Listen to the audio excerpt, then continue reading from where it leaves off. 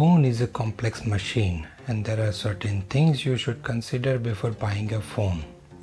Obviously, you can refer to our website, but if you cannot find your desired phone over there, then these are the most common parameters you should consider before making a decision.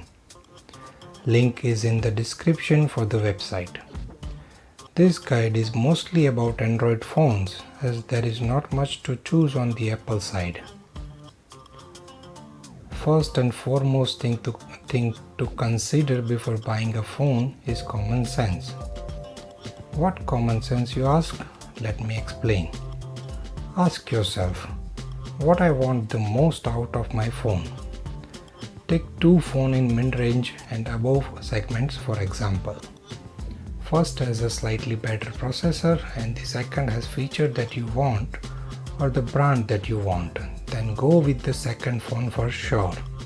The reason is processors in mid-range and above have become so good that a little faster processor won't affect your experience, but not getting the feature you want will definitely affect your experience. Also, avoid gimmicky features and focus on what you want with the phone. Gimmicky features are something that you may use for 1 or 2 months, then get bored with it. Novelty generally works like that. This first point is a simple logic and you can apply it on any parameters. Second is a RAM. If you are a medium to heavy user, then minimum RAM you should opt for is 6 GB and above. This will ensure you have enough RAM available for smooth operation and multitasking. Third is a storage. Not all storages are the same. Previous generation mid-rangers used to run on eMCC storage. Nowadays, minimum UFS 2.1 is what you should opt for. Modern mid-range phones, processor and camera are fast enough to outrun eMCC storage. So it creates a bottleneck condition where processor has to wait for storage to execute task. In this wait, your faster processor is as fast as your storage. As for the capacity, opt for a minimum of 64 GB storage. Fourth is a processor. It used to be the processor that was lagging compared to other components in the phone. Nowadays, if you are a medium user, you can get away with likes of Snapdragon 665, MediaTek P70, Exynos 9611, etc. If you are a power user or a gamer, you will need some research here. It is a vast topic as there are so many processors in the market and we cannot cover all of them here and make this guide short enough at the same time. It needs a dedicated guide video. Fifth is a battery. Obviously, fast charge support is must for a modern phone. Nowadays, people are using phones far more than ever, so to last a full day, you should opt for minimum 3500 mAh battery. Well, you can't put a number on a full day battery as every processor and display consume different amounts of power. But 3500 mAh is a safe bet as modern processors are becoming more and more efficient. Number 6 is an Android version. You should opt for an Android Pie only if you are buying the previous year's flagship phone.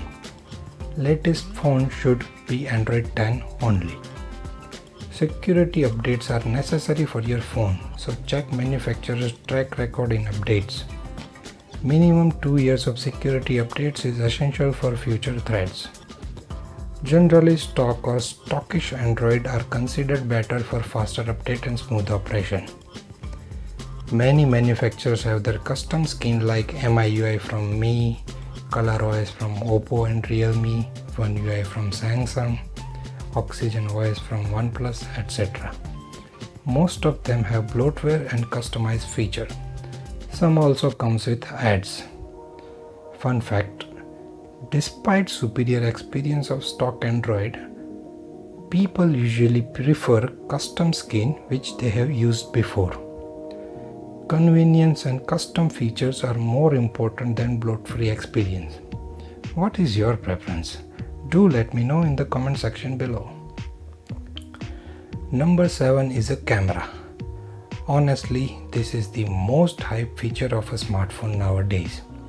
In my opinion, just because of this hype, cameras in mid-range have gotten so good that for the average person it doesn't matter anymore. Every phone has a good camera, if not best out there. Ridiculous amount of camera count is normal nowadays. It definitely doesn't matter as much as the main sensor quality. Wide angle lens, zoom lens and every other lens is not a daily use case scenario. It's good if there is a use case for you, but for everyone else, camera count should not be a buying decision, as it is not an indicator of good quality camera, nor is the megapixel count.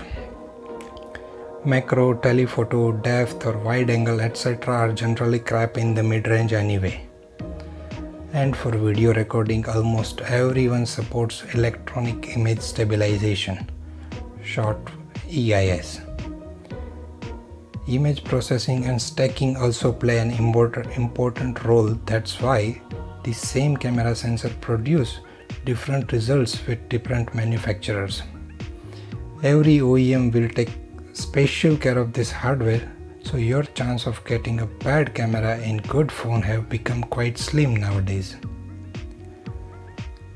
Number 8 is a screen. Best screen would be good quality AMOLED. Generally, IPS LCD is given in mid-range and budget segment phones. Some also have an AMOLED screen in mid-range segment. Go with high refresh rate screen only if you are a heavy gamer. There are very few use case scenario for that screen. In future it may change, but for now you are not losing much by not having a high refresh rate screen. Another parameter for a good screen is HDR support, which stands for high dynamic range, like HDR10, HDR10 Plus or Dolby Vision. By the way, Dolby Vision is a screen parameter, not an audio. HDR requires defined minimum brightness and color depth, which indicates a good quality panel. Not all HDR supported screens stick to these guidelines though. As for the pixel count of screen, Full HD screen is common, but if pixel per inch or PPI is above 325, then you are good to go irrespective of pixel count. Generally panels are 8-bit, but some high-end phones also comes with 10-bit panel. 8-bit panel can produce 16 million colors and 10-bit panel can produce 1000 million colors. Touch sampling rate is also another parameter you should look for. 60 Hz is standard and 120, 180, 240 Hz and above are quite good. Number 9 is a connector. Type-C connector is getting common and it should be. Micro USB had its run, but it is coming to an end. Number 10 is a Wi-Fi. AC or 5 GHz is necessary for this era of Bluetooth, earphones and headphones. 2.4 GHz Wi-Fi has the same frequency as Bluetooth, so it creates disturbance in connection when both are connected at the same time. It drastically reduces speed if you are at some distance from Wi-Fi. So that is why 5 GHz or AC is necessary.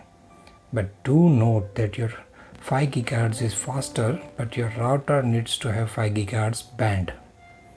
Wi-Fi 6 or AX standard is also slowly building up as well. Number 11 is a network. 4G, VoLTE and VoWiFi are common in a phone. VoLTE is given, but not all network operators provide voice over Wi-Fi on all phone models, so do check. Also, stay away from 5G revolution for now. I mean, it is a bonus if your phone supports 5G, but your buying decision should not depend on it. It will take time to build a stable 5G network in India. Number 12 is a build. Let's face it, most of us have a case on the phone, so looks should be your last priority. Glass pack in mid-range is more of a liability than a feature, as glass can easily break.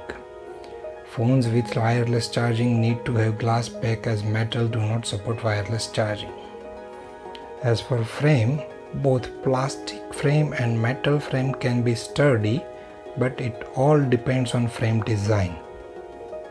If weight and size matters to you, then do check the phone physically before buying it. Number 13 is a sensor. Make sure phone has basic sensors available like proximity, compass, gyro, GPS, etc. And also possible a good vibration motor. Some manufacturers do skimp on compass or proximity, so do check specifications. Number 14 is a screen protection. Gorilla Glass or some kind of protection is always good. Dropping a phone is quite common and you do not want that expensive screen repair. Well, not too much of an issue if you are using aftermarket screen protector glass all the time. Number 15, and as important as number 1, is service center. Always opt for a brand that has a service center in your city or nearby city which you have access to. People often neglect this in specs race. If you can't get after sales service, then it doesn't matter how good the phone is. After all, it's a hardware and it can go kaput at any time. Also, accidental phone drop is quite common. You never know when it will hit you. So that's 15. There are some other optional features as well depending on your requirement. First one of them is OIS or optical image stabilization. It is a hardware that compensates your shaky hands during photo capture and also good for better nighttime photo and stable video recording. Second is carrier aggregation. Mobile networks run on different types of frequency. If 2 or more frequencies are available, then carrier aggregation combines those frequencies on your phone, which results in better data speed. IP rating. Most mid-rangers are splash-proof, but IP rating ensures watertight body seal up to defined water depth. Certain drops or chemical can affect the seal, so be careful. Speaker. Dual speakers are good to have, but actual quality doesn't depend on it. Wireless charging. It charges your phone by putting it on the charging pad. No need to attach the cable, typically slower than a wired one. NFC. It has many use cases, but mostly for wireless payment. There you go, 15 points and then some extra for your next perfect phone. But wait, one friendly point from me as well. My advice is stretch your budget a little bit and buy a higher spec model than what you require. Well, genuine spec upgrade, not the gimmicky one. It ensures that phone has better hardware than what you require. That way you tend to use it longer, as higher spec phones don't feel outdated quickly. If you think about it, it is cheaper than upgrading your phone yearly. Try to use your phone at least for 2-3 years if there is no problem. Always remember, a phone is a utility tool and depreciating asset. That is why buy expensive to use it longer. So I tried to keep this video intuitive and as short as possible. This is my first video on YouTube. I don't have much knowledge in voiceover or video production, but I am learning. Let me know how I did in the comment section below, and please share, like and subscribe if you think this guide helps you in selecting the best phone. I am also active on Twitter, link will be in the description. That's been it folks. Thank you for watching. See you next time.